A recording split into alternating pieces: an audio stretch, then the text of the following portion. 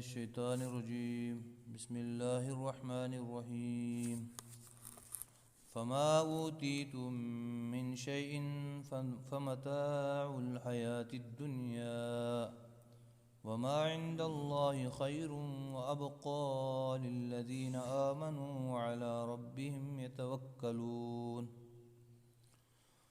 والذين يجتنبون كبائر الإثم والفواحش وإذا ما غضبوا هم يغفرون والذين استجابوا لربهم وأقاموا الصلاة وأمرهم شورى بينهم ومما رزقناهم ينفقون والذين إذا أصابهم البغي هم ينتصرون وجزاء سيئة سيئة مثلها فمن عفا وأصلح فأجره على الله إنه لا يحب الظالمين ولمن انتصر بعد ظلمه فأولئك ما عليهم من سبيل إنما السبيل على الذين يظلمون الناس ويبغون في الأرض بغير الحق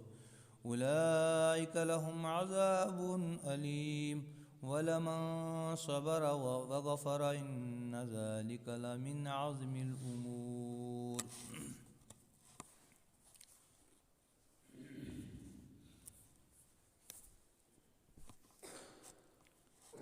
فما اوتیتم من شیء فمتاع الحیات الدنیا، پس جو دیا گیا تم کو کوئی بھی چیز، فمتاع الحیات الدنیا وہ دنیاوی زندگی کا سامان ہے،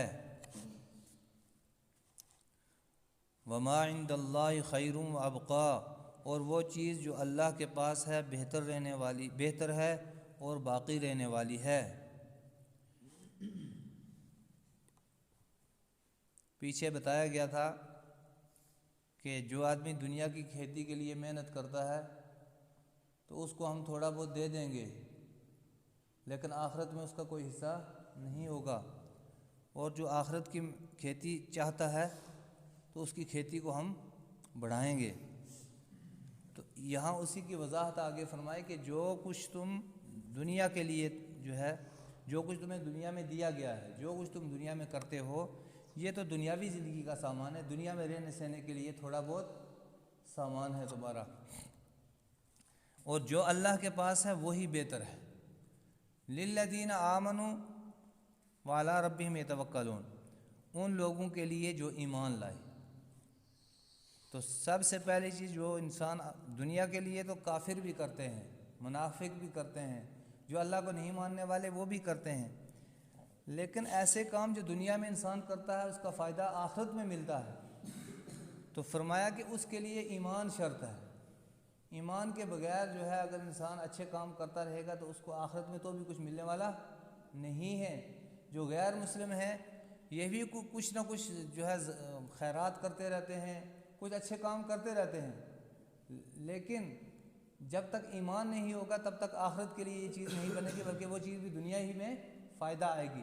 یہاں تک کہ اگر کوئی غیر مسلم اچھا کام کرتا ہے اس کو فائدہ آخرت میں نہیں پہنچتا ہے، بلکہ دنیا ہی میں کچھ تھوڑا بہت فائدہ پہنچ جاتا ہے، اور جو اللہ کے پاس ہے وہ بہتر ہے اور باقی رہنے والا ہے ایمان والوں کے لیے۔ وعلی ربہم یتوکلون، اور جو اپنے رب پر توکل اور بھروسہ رکھنے والے ہیں، یعنی توکل ہونا چاہیے، اللہ کے اوپر بھروسہ ہونا چاہیے، اللہ کے اوپر بھروسہ ہونا چاہیے۔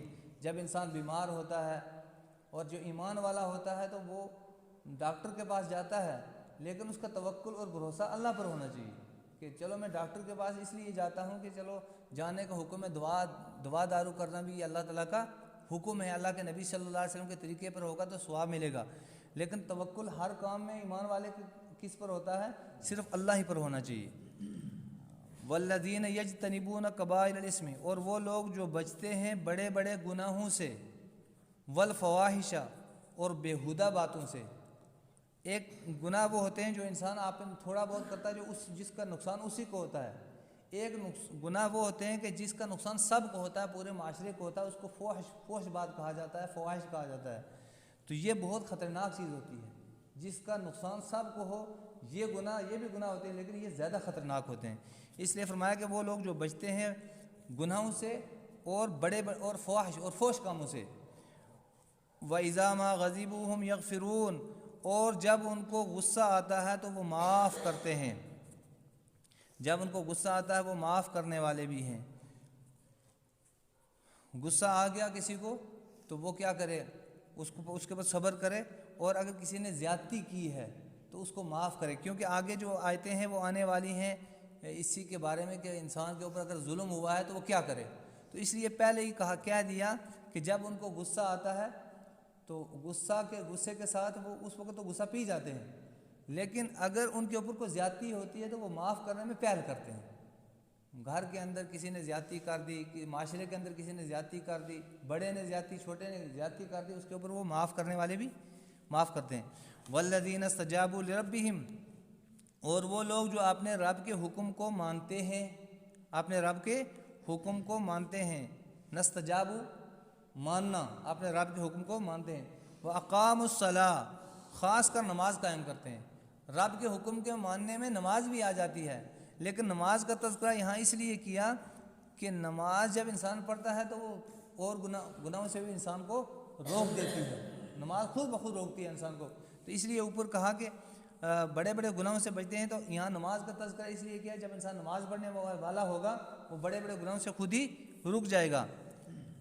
وَأَقَامُوا الصَّلَاةَ، اور نماز قائم کرتے ہیں۔ وَأَمْرُهُمْ شُورَىٰ بَيْنَهُمْ، اور ان کا مشورہ آپس میں، ان کا معاملہ آپس میں مشورے سے طے ہوتا ہے۔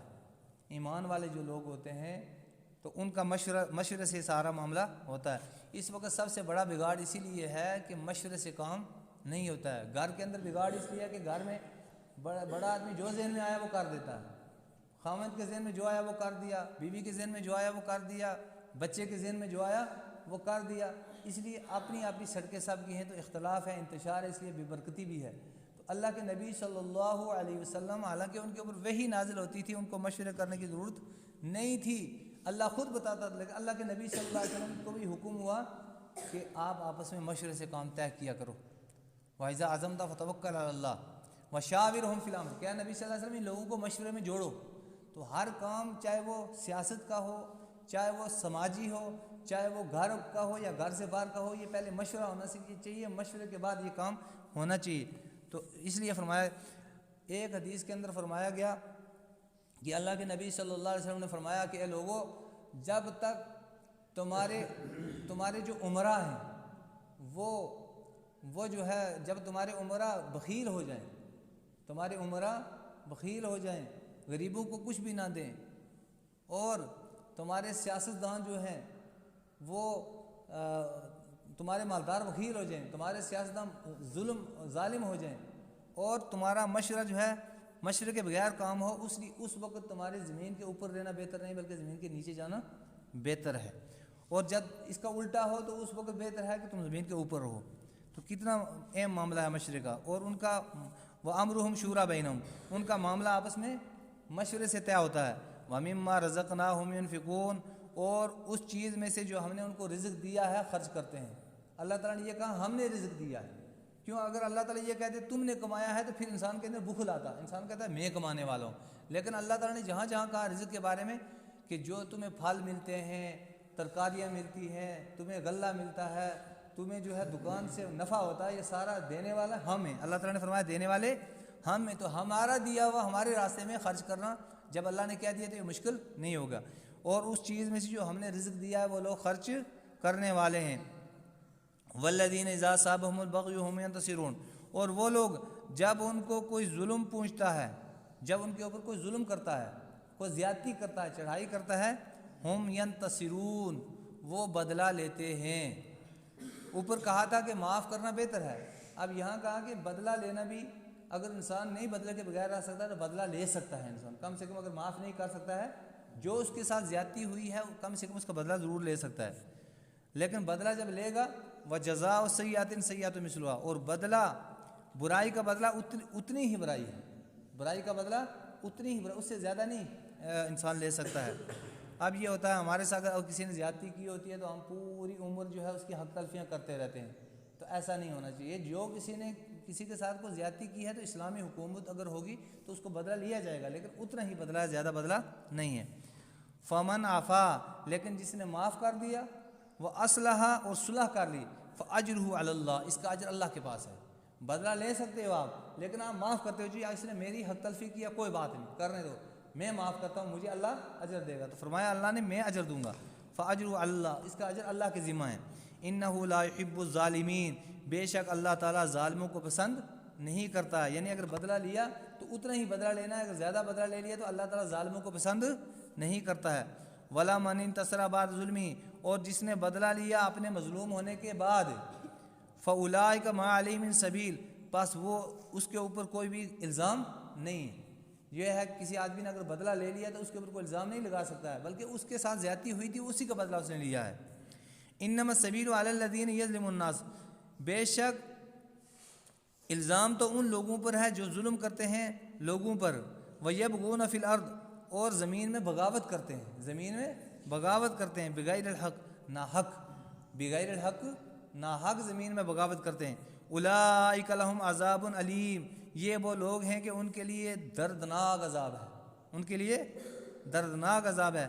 وَلَمَنْ صَبَرَ، اور وہ آدمی جو صبر کرے، وَغَفَرَ، اور معاف کر دے۔ کوئی آدمی اگر بدلہ نہ لے بلکہ صبر کر لے اور کیا کرے، معاف کرے، ان ذالک لمن عزم الامور، بے شک یہ بات تو ہمت کے کاموں میں سے ہے، عزم الامور، بڑے ہمت کے کاموں میں سے ہے۔ اگر کوئی آدمی اگر اس کے اوپر جتنی زیادتی ہوتی ہے وہ معاف کرتا ہے تو یہ بات اللہ تعالیٰ نے فرمایا کہ بڑے ہمت کے کاموں میں سے ہے۔